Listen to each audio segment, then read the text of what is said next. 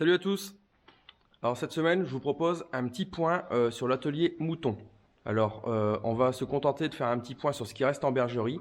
Je vous cache pas que vous avez prévu un petit tour des troupeaux qui sont en prairie.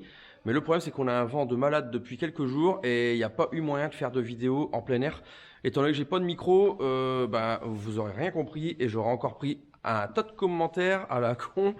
Euh, pour se plaindre du son. Donc j'ai décidé, tant pis, on fera le petit tour en prairie dans quelques jours quand la météo le permettra. Et pour l'instant, on va faire un petit point sur ce qui reste en bergerie. Et en fin de vidéo, je vous dévoilerai une petite nouveauté sur l'exploitation, enfin une petite nouveauté, une amélioration, enfin une évolution, notamment c'est sur l'atelier mouton. Voilà, on a reçu un courrier la semaine dernière, mais je vous en dis plus dans la deuxième partie de la vidéo. Voilà. Donc on va d'abord se contenter de faire un petit point sur ce qui reste en bergerie. Voilà, alors ça n'a pas évolué. Au niveau sortie, il y a toujours les brebis sevrées qui sont en prairie, une partie des jeunes femelles et une partie des brebis avec des agneaux qui ont environ 1 mois et demi, 2 mois. Voilà, je pensais sortir, je vais vous faire voir ici, voilà. Je pensais sortir une partie de celle-là. Il y a 8 brebis qui ont des agneaux qui ont 15 jours, 3 semaines, 1 mois. Si le temps l'avait permis, ça serait déjà dehors également. Le problème, c'est qu'il faisait très froid. On a encore eu des gelées toute la semaine dernière, 0, -1, voire -2. Du vent, des températures très basses. Et donc, je voulais pas prendre le risque de sortir ces bêtes. Elles sont bien mieux là. On a encore de la paille, on a encore de l'enrubanage, on a encore des concentrés. Donc elles sont mieux ici pour l'instant. Par contre, bon, dans les prochains jours, ça va sortir. Et on va emmener tout ça en prairie, dans une prairie, dans des fonds, où est-ce que ça a à l'abri. Ils annoncent un peu des meilleures températures dans les jours prochains. Je pense qu'on va les trier et sortir tout ça. On va sortir également les brebis à agnelés, mais qui sont agnelés plutôt pour début d'été. On va les mettre dans une prairie où est-ce qu'on peut les surveiller. On va pas les garder ici encore pendant 3 mois. Et ne vont rester ici en bergerie dans ce parc que les brebis. Il va en avoir une dizaine qui sont agnelées dans le mois qui arrive. Voilà. On a ici un bélier de réforme et une brebis de réforme. Bon, le bélier, vous pouvez remarquer, il a du mal à se tenir sur ses pattes devant. Il faut lui tailler les onglons, c'est prévu. On va le faire. Et bon, c'est un bélier qui vieillit, qui est vraiment en fin de carrière. J'aurais dû le renouveler l'an dernier déjà. J'ai voulu le faire durer un petit peu parce que c'était un de nos premiers béliers. On s'y était un peu attaché. Mais bon, malheureusement, il est temps de le réformer et je vais racheter 2 béliers charolais là ce printemps. Voilà, voilà.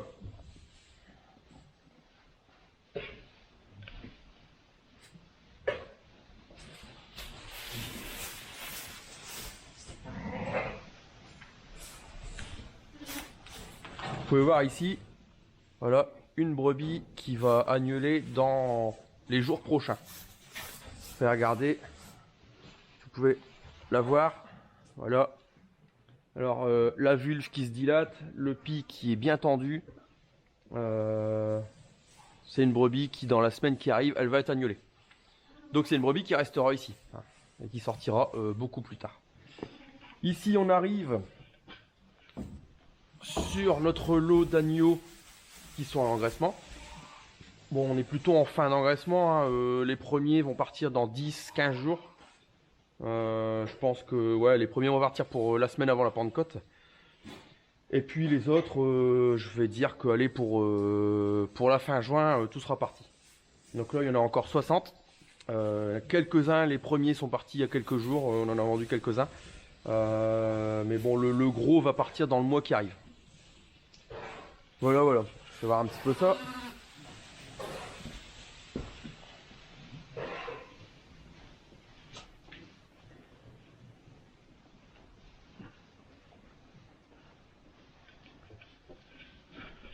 Alors on avance et on se retrouve au bout de la bergerie.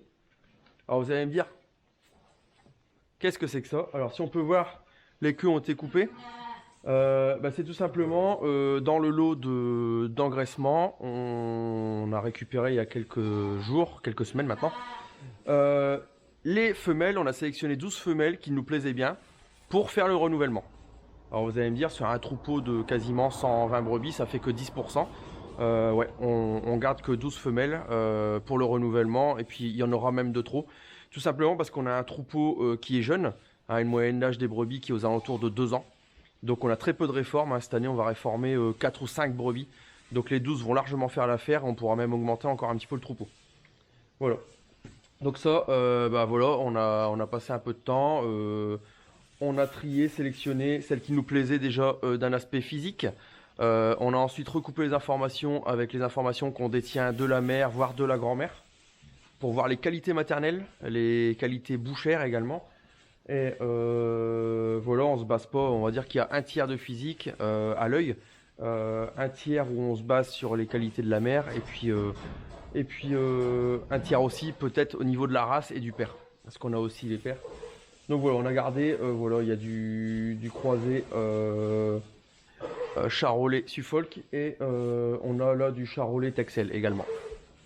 Voilà, qui tire même peut-être sur le charolais pur. Voilà, voilà. Bon, là, un petit peu où on en est. Bah, au niveau concentré, j'étais un peu court, j'ai dû en reprendre un petit peu pour l'engraissement, mais bon, rien de méchant. Et donc au final, bah, on n'est pas trop mal. On n'est pas trop mal. Ouais, il reste encore de l'enrubanage, juste ce qu'il faut pour terminer ce lot de brebis à agnoler. Donc voilà, après il y aura bah, courant du mois de juin, curage, etc. Donc voilà un petit peu où on en est. En prairie, ça se passe très très bien. Le seul souci, c'est qu'on manque cruellement d'eau. Hein, sur le mois qui vient de passer, on a eu une fois, 2 fois 3 mm. Dont 3 mm il y a 2 jours, mais avec un vent de fou. Je sais pas si vous avez pu voir la météo, on a pris une tempête là.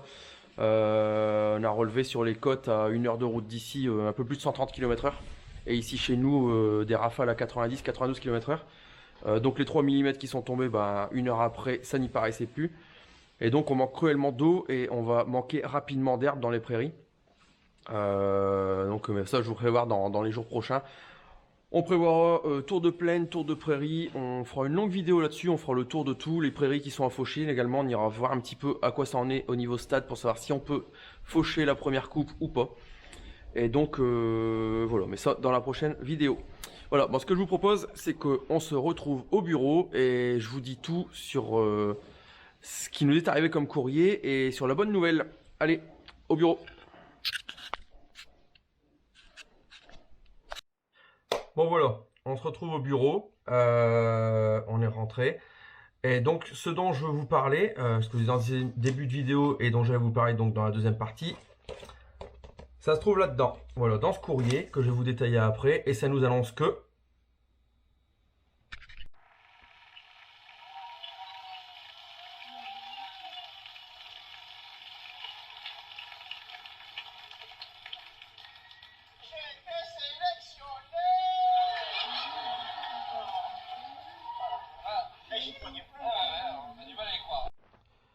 voilà, donc on a été, enfin pas sélectionné, mais on a été retenu, on a fait une candidature, on a rempli un dossier tout simplement pour adhérer pour le troupeau l'élevage mouton à un label rouge. Et donc voilà, on a reçu le courrier, vous pouvez voir, on a été retenu, donc référencé en label rouge pour le label donc Tendre Agneau. Tendre Agneau, donc voilà. Donc on est plutôt fiers de ça parce que ça fait quand même quelques années avec mon épouse qu'on travaille sur la sélection de notre troupeau, qu'on essaie d'améliorer, qu'on essaye de faire des produits de qualité en nourrissant essentiellement avec des produits de la ferme. Hein. Donc comme vous avez certainement déjà pu le voir dans les vidéos, avec énormément d'herbes produites sur la ferme, des céréales en partie produites sur la ferme et tout ce qui est acheté en nourriture sont des produits français et des produits de la région. Donc on y reviendra un petit peu après. Donc ce qui fait que on était déjà référencé et on avait une certification. Et cette année, on a tenté la demande de label rouge et donc c'est accepté. Et donc, ce qui veut dire qu'on remplit donc tous les critères. Et donc c'est une grande fierté pour nous. Et donc c'est super. Voilà. Alors donc c'est le détailler un petit peu le courrier avec vous. Hein. C'est un organisme qui s'appelle Cali Sud. qui reçoit les demandes de certification, demandes de labellisation, etc. Qui étudie les dossiers et qui agrée les exploitations, les élevages ou non. Donc voilà. Et donc voilà, on a le courrier de leur directeur qui nous atteste qu'on est bien retenu en label rouge. Et donc maintenant, je vais vous détailler un petit peu tout ça, ce qu'est ce label rouge, donc tendre agneau. Voilà, voilà. Alors déjà, c'est bien spécifié sur tous les courriers. Des agneaux en label rouge sont des agneaux qui sont nourris au pis de leur mère, déjà pendant minimum 60 jours. Donc interdiction de sevrer avant 60-70 jours, chose qu'on fait déjà ici, et doivent être intégralement nourris au pis de leur mère pendant au moins 60 jours. Donc ce qui fait que ça peut pas être industrialisé, ça peut pas, voilà, c'est pour ça qu'on passe en label rouge avec tout ce critère numéro 1 qui est agneau jusqu'à 60 jours nourri au pied de la mer, pas de sevrage avant 60-70 jours. Et donc après comment ça marche? Vous voyez, il y a deux documents ici qui nous ont remis en même temps que le courrier. Bon, il y a un cahier des charges, hein, je sais pas si vous pouvez voir, voilà. Un cahier des charges qui compte quand même 1, 2, 3, il y a 4 pages comme ça pour le cahier des charges.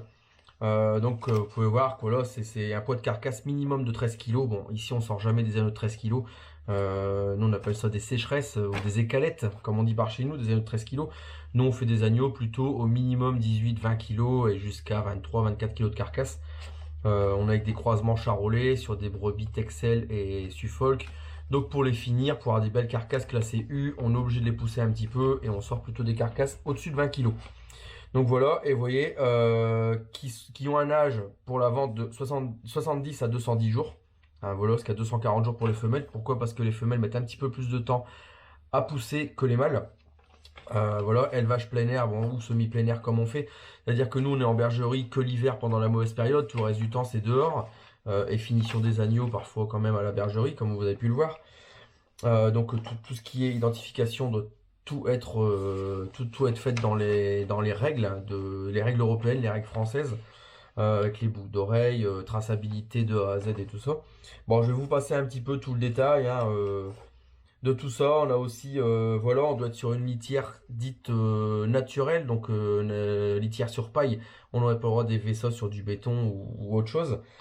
Donc on est sur la litière naturelle en paille chez nous, qui pourrait être en copeaux de bois, en miscanthus, en ce qu'on veut, mais voilà. Donc on aura une litière naturelle. On doit avoir, je vais pas vous faire le détail, mais voilà, les ensilages et enrubannages pour l'engraissement des agneaux est interdit. Ça doit être vraiment un concentré, enfin un concentré qu'on appelle ça. Un concentré, c'est un mélange de produits fermiers ou issus de la région. Au moins produits français et surtout sans OGM. Hein. S'il y a de l'OGM, c'est foutu, il n'y a pas de label. Et ça doit être essentiellement nourri avec ça et de la paille. Mais tout ce qui est ensilage, enrubannage, c'est niet pour l'engraissement, c'est interdit dans le label rouge dans lequel on est. À savoir donc le label rouge tendre agneau. La durée d'allaitement, vous voyez, 60 jours minimum au pied de la mer. Bon, c'est ce qu'on fait déjà. Et réserver tout ce qui est voilà, enrubannage, ensilage à l'alimentation des reproducteurs, c'est-à-dire des mères. Tout simplement. Vous voyez, même colza fourragé, c'est interdit. On doit être, voilà, alors une des choses qui est très importante aussi, c'est qu'on doit avoir une autonomie alimentaire du troupeau avec des produits de l'exploitation, issus de l'exploitation, minimum 55%. Donc nous, on y est étant donné que la base de la nourriture des brebis, c'est l'enrubannage produit sur la ferme, donc de l'herbe produit sur nos prairies. Également, une partie de nos céréales produit sur la ferme. La paille vient de la ferme, donc on est autonome. On a fait le calcul, on doit être autonome chez nous à peu près 70%, donc on est largement bon. Et on va peut-être même encore essayer d'augmenter à l'avenir cette part d'autonomie.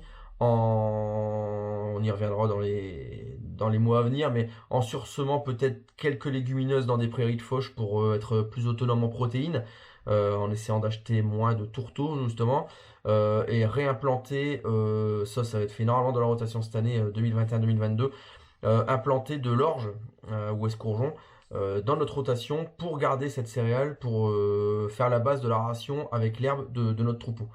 Voilà, donc on serait quasiment à tendre vers une autonomie presque à 100%, hormis les minéraux, dans les 2 ans à venir, je pense. Donc on pourrait peut-être encore grappiller en autonomie. Voilà, vous voyez l'abreuvement au clair, etc.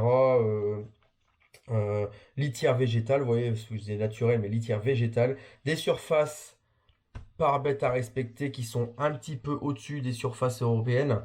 Mais bon, ça, on est bon aussi. Des longueurs d'auge adaptées aussi, hein. Vous voyez ici, ils nous mettent que sur un auge d'1 mètre, sur 1 mètre d'auge, on a le droit de mettre 4 agneaux maximum à l'engraissement. Voilà. Donc tout ça sont des choses qui, ce cahier des charges, s'il n'est pas respecté, bon, il va y avoir des contrôles, bien sûr, comme on en a déjà plus ou moins avec les techniciens, avec le groupement avec lequel on travaille, qui nous a attribué le label. Mais étant donné qu'on monte un grade, qu'on est maintenant labellisé, je pense qu'on va avoir encore des contrôles un petit peu plus assidus, un petit peu plus poussés, donc il va falloir vraiment être au top. Mais bon, ça c'est pas un problème puisque on aime ce qu'on fait et on essaie d'être au top pour nos animaux. Voilà, ouais, je regarde encore un petit peu, hein, tout doit être propre, bien entretenu, bien sûr, voilà, euh, on s'engage, c'est dans le cahier des charges, à ne faire aucun traitement à un agneau malade 7 jours minimum avant son abattage. Alors même si un produit vétérinaire serait adapté pour faire un traitement 48 ou 72 heures avant l'abattage, et ben nous, on n'a pas le droit. C'est systématiquement, pardon, 7 jours. Même si sur le produit c'est marqué délai avant abattage 48 heures, c'est niet, on le fait pas, nous c'est 7 jours. Donc pour renforcer encore justement ce truc d'être au top et de ne prendre aucun risque pour le consommateur. Voilà, donc bon, ça c'est la partie cahier des charges. Et ici, on a, bon, ça c'est toute la paperasse, hein, vous voyez, un courrier complet, toute la paperasse, une partie du dossier qu'on a rempli. Et ici, on a la liste des aliments référencés. Voilà, vous pouvez le voir là. Liste des aliments référencés pour l'engraissement de nos agneaux, label rouge. Alors, on n'a pas le droit d'acheter les aliments où on veut, pas le droit de donner ce qu'on veut, pas le droit de mélanger ce qu'on veut non plus. Il y a des aliments qui sont agréés tous les ans, d'autres qui quittent l'agrément parce que ben, ils correspondent plus. Et donc voilà. Il y a une liste d'aliments donc déjà mélangés avec le nom du fournisseur et une liste également ici d'aliments qu'on peut mélanger soi-même, des aliments de ferme. Alors nous tout simplement, je vous l'ai déjà dit quand on est allé en bergerie et je vous avais détaillé l'alimentation. Nous, les agneaux, ben, ils sont engraissés avec un mélange qu'on fait dans la coopérative voisine, avec des matières premières qui sont soit issues de la ferme, et nous, dans notre cas, pas issues de la ferme, mais qui sont issues de la région ou de la grande région, mais issues de France et sans OGM. Donc, de la pulpe sèche de betterave, donc issue comment dire, des déchets de sucrerie de la région, une sucrerie qui est à 20 km d'ici. Quand ils ont extrait le sucre, il reste de la pulpe et cette pulpe elle est pressée et cuite sous forme de bouchons et on récupère donc des bouchons de pulpe, des pulpes sèches qui sont mélangées à de luzerne déshydratée. Donc ça c'est pareil, on peut pas beaucoup plus naturel, hein, c'est produit dans la Marne, des unités de déshydratation là-bas. Donc c'est allé à 100-150 km, donc c'est vraiment c'est dans le coin. Et le corn feed qui est issu c'est des déchets d'abidonnerie d'une usine qui se situe ici, pareil, à une quarantaine de kilomètres d'ici, qui fait un tourteau de maïs en fait, tout simplement, et avec du maïs produit dans la région. Donc nous, ça engraissé avec ça. Un minéral basique qu'on achète chez un de nos fournisseurs, pareil, du coin. Et puis de la paille à volonté, de l'eau claire à volonté, voilà. Donc au niveau engraissement de nos agneaux label rouge, ça restera comme ça. On a déjà refait une commande pour l'an prochain pour bloquer les prix, étant donné que tous les prix des aliments sont en train de flamber. Donc on a déjà bloqué le prix, bloqué une commande. Hein, on a fait une commande d'un semi complet d'aliments pour l'hiver prochain. On a anticipé pour dire d'avoir les meilleurs prix possibles. Ouais, tout ça, ça se calcule, ça se travaille. C'est pour ça aussi que, ben, vous voyez, ici on est au bureau, c'est un environnement de travail aussi important que la cabine du tracteur, que la bergerie, que l'atelier quand je suis dans l'atelier Vaux. Voilà, des décisions qui se prennent financières qui sont très très importantes ici et qu'il faut anticiper. Voilà, voilà, bah écoutez, je tenais à partager ça avec vous, faire un petit point sur ce qui reste en bergerie. Le temps s'est calmé depuis quelques jours, on a un petit peu meilleur, on a quelques précipitations, on croise les doigts pour encore en avoir parce qu'on en a réellement besoin pour les prairies, pour les céréales, pour toutes les cultures de printemps qu'on a implantées. Dans les quelques jours qui arrivent, là, je vais aller faire un grand tour de plaine. Habituellement, je dis un petit tour, mais là, on va dire un grand tour de plaine où est-ce qu'on va visiter l'intégralité des cultures, leur état. Vous verrez qu'il y a pas mal de dégâts de faisans en l'occurrence dans le maïs, c'est même catastrophique. Les pommes de terre, bon ben ça va germer. Les blés qui sont pas mal et qui se retapent pour la mauvaise parcelle. On ira faire un petit tour des prairies qu'on va faucher dans les semaines à venir pour voir un petit peu où ça en est. Et visite des brebis et de l'état des pâturages qui se dégradent déjà dû à la sécheresse. Voilà, bon, on ira voir dans les jours prochains tout ce que je viens de vous dire. Et pour l'instant, je vous souhaite un très bon week-end. Portez-vous bien et je vous dis à dans quelques jours pour la prochaine vidéo Tour de Plaine. Allez, salut!